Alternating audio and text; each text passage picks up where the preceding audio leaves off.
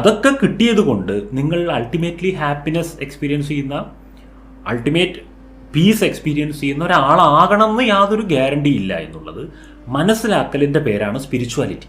യാതൊന്നും പുതിയ ഒന്നും തന്നെ ഉണ്ടാക്കാതെ, ഇനിയിപ്പോൾ ഉണ്ടാക്കുന്നുണ്ടെങ്കിൽ തന്നെ അതിനോടൊന്നും ഒരു മമത്വമില്ലാതെ സർവ്വതിൽ നിന്നും വൈരാഗ്യം ഉണ്ടാക്കിയെടുക്കുന്ന ഒരവസ്ഥയുടെ പേരാണ് ശരിക്കും സ്പിരിച്വാലിറ്റി. സ്പിരിച്വാലിറ്റിയുടെ കോർ ഞാൻ മനസ്സിലാക്കിയിട്ടുള്ള അതാണ്, ആഗ്രഹങ്ങളെ ചുരുക്കുക എന്നുള്ളതാണ്.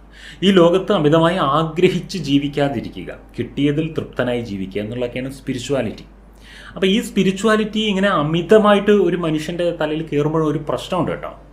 ഞാനിപ്പോഴും ചോദിക്കാറുള്ളൊരു ചോദ്യം ഉണ്ടല്ലോ, ഈ നമ്മുടെ ഭാരതം നമ്മൾ ഇന്നൊക്കെ പറയുന്നത് പോലെയുള്ള നല്ല സ്പിരിച്വലി എലവേറ്റഡ് ആയിട്ടുള്ള, നല്ല ബുദ്ധിയുള്ള, വിവേകമുള്ള, അത്രയും കഴിവുള്ള ഭാരതീയരായിരുന്നു ഇവിടെ ഉണ്ടായിരുന്ന ഭാരതീയരെങ്കിൽ ഈ വിദേശ ശക്തികൾ ഭാരതത്തിൽ വന്നിട്ട് ഭിന്നിപ്പിച്ച് ഭരിച്ച് അങ്ങോട്ടും ഇങ്ങോട്ടും പറഞ്ഞ് പറ്റിച്ച് സ്ഥാനവും മാനവും കൊടുത്തും പറ്റിച്ചും പരസ്പരം തമ്മിൽ തല്ലിപ്പിച്ച് അതിൻ്റെ ഇടയിൽ കയറി കൂടിയിട്ട് എത്രയോ നൂറ്റാണ്ടുകൾ ഭാരതത്തിൻ്റെ മേലെ അധിനിവേശം ചെയ്യാൻ പറ്റില്ലായിരുന്നു.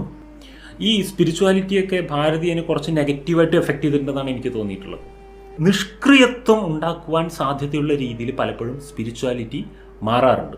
അതുകൊണ്ട് സ്പിരിച്വാലിറ്റി മാത്രം കൊണ്ടൊരു മനുഷ്യൻ ജീവിക്കരുതെന്ന്, സ്പിരിച്വാലിറ്റി കൊണ്ട് മാത്രം ഒരു മനുഷ്യൻ ജീവിക്കുകയാണെന്നുണ്ടെങ്കിൽ പിന്നെ സന്യാസിയോ മറ്റോ ആകണം എന്നാണ് എൻ്റെ അഭിപ്രായം.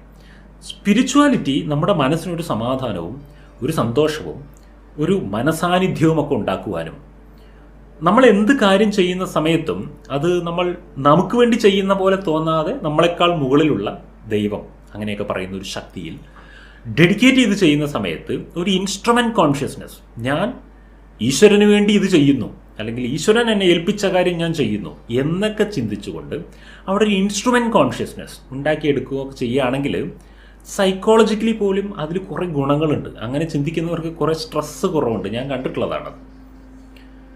അത്തരത്തിൽ സ്പിരിച്വാലിറ്റി വളരെ നല്ലതാണ്. ഞാൻ വിമർശിക്കുന്ന സ്പിരിച്വാലിറ്റി ഏതാണെന്നറിയോ? നിങ്ങൾ ആഗ്രഹിക്കുന്നത് ഞങ്ങൾ പറഞ്ഞു തരുന്ന ഈ ട്രിക്ക് ഉപയോഗിച്ചാൽ നടക്കും എന്ന് പഠിപ്പിക്കുന്ന സ്പിരിച്വാലിറ്റി ശുദ്ധ തട്ടിപ്പാണെന്നാണ് ഞാൻ പറയുന്നത്. നിങ്ങളുടെ ഈ ഓറയുടെ എനർജിയൊക്കെ ഇങ്ങനെ കിടക്കുന്നുകൊണ്ടാണ് ഈ പ്രശ്നം. അതിന് പകരം ഞങ്ങൾ പറയുന്ന കുറച്ച് പ്രാക്ടീസ് ചെയ്താൽ നിങ്ങളുടെ ഓറയുടെ എനർജിയൊക്കെ മാറും, നിങ്ങളുടെ ചക്രയുടെ എനർജിയൊക്കെ മാറും. അപ്പോൾ പിന്നെ നിങ്ങൾ ആഗ്രഹിക്കുന്നതെല്ലാം നിങ്ങളിലേക്ക് വന്നു ചേരും. ഇങ്ങനെ പഠിപ്പിക്കുന്ന ഈ മോഡേൺ സ്പിരിച്വാലിറ്റി ഉണ്ടല്ലോ, ശുദ്ധമായ തട്ടിപ്പാണ് എന്നാണ് ഞാൻ പറയുന്നത്.